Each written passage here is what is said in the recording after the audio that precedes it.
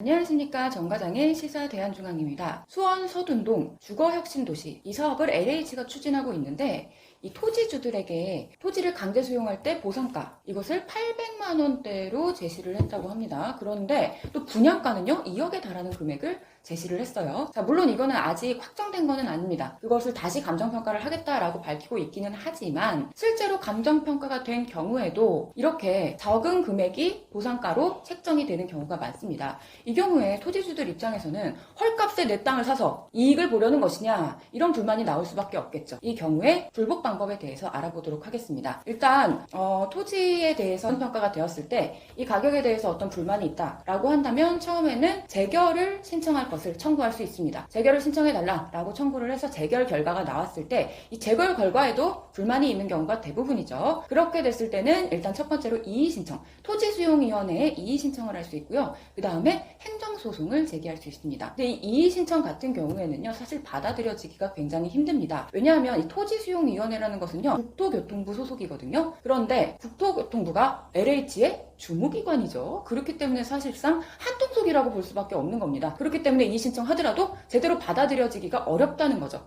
이때는 사법부의 판단을 받아보는 행정소송을 거는 게 훨씬 더 유리하다. 이의신청을 했다가 마음에 안 들면 또 소송을 제기할 수도 있긴 하지만 그렇게 됐을 때는 시간과 비용이 많이 들기 때문에 처음부터 행정소송으로 진행하시는 것이 좋겠습니다. 행정소송을 제기할 때는 일단은 재결 처분을 취소해달라라는 행정소송을 걸 수 있고 아니면 보상금을 증액해달라라는 소송을 걸 수가 있습니다. 재결 처분을 취소해달라는 소송에서는 이 보상 가격이 적정하다라는 것을 처분청, LH가 입증을 하면 됩니다. 그런데 보상금을 올려달라라는 소송을 걸게 됐을 때는 토지주 입장에서 이 보상금이 너무 적다 라는 점을 토지주가 입증을 해야 된다라는 것입니다. 그렇기 때문에 명확한 근거에 기반하여 주장을 해야 되겠죠. 만약에 보상금이 시세보다 너무 낮다라는 정도로 주장을 하게 된다면 당연히 법정에서 이것이 받아들여지기가 어렵겠죠. 그렇다면 토지 보상 기준이 뭐냐? 이것을 명확하게 따져보고 면밀하게 검토를 한 다음에 주장을 해야 되겠죠. 토지 보상 기준은요, 원래 기초가 되는 것은 공시지가.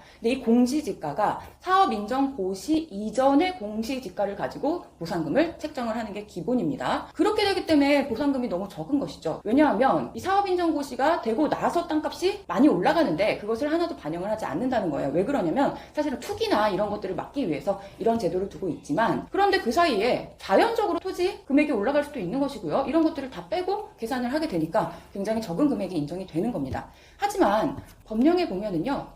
지가 상승률 그리고 시세와의 차이, 물가 상승률이라든지 뭐 토지의 이용 방법, 기타 등등 이런 것들을 모두 다 고려해서 보정을 하도록 되어 있습니다. 그렇기 때문에 공시지가만 가지고 감정평가 결과가 나왔다. 그리고 기타 사정들을 거기에 반영하지 않았다라고 한다면 이것은 위법한 평가 기준이다. 이렇게 볼 수가 있는 것이죠. 이런 부분들을 면밀히 법리적으로 문제가 있다는 점을 지적을 해야 되는데 이 부분에서는 부동산 변호사의 도움이 꼭 필요하겠죠.